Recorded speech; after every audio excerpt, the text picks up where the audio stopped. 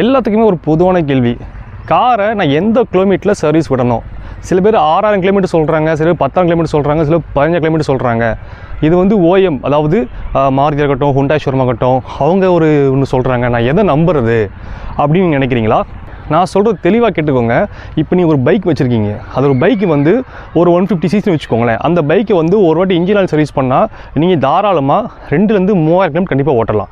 So காரை பொறுத்தவரையும் 1000, 1200, 1600 இந்த மாதிரி சிசிகள் இருக்குது. ஸோ அப்படிங்கும்போது நம்ம காருக்கு யூஸ் பண்ணுற ஆயில் வந்து சிந்தட்டிக் ஆயில் யூஸ் பண்ணுறோம். ஸோ சிந்தட்டிக் ஆயிலை பொறுத்தவரையும் நார்மல் ஆயிலை விட இன்னும் எக்ஸ்ட்ராவே உங்களுக்கு ஒரு 3000 கிலோமீட்டர் ஓட்டலாம், இன்ஜின் லைஃப் நல்லாவே இருக்கும். ஸோ அதனால் என்னோட ரெக்கமெண்ட் சஜஸ்ட்மெண்ட் என்ன அப்படின்னா, நீங்கள் ஒரு காரை நீங்கள் சர்வீஸ் பண்ணுறீங்கன்னா 10,000 கிலோமீட்டர்ஸ் சாலிடாக ஓட்டுங்க. அப்படி இல்லைனா 1 இயர் கணக்கு வச்சுக்கோங்க. ஆனால் நான் மாருதி விசிட் பண்ணேன், எனக்கு வந்து சர்வீஸ் வந்து 6 கிலோமீட்டர் பண்ண சொல்கிறாங்க.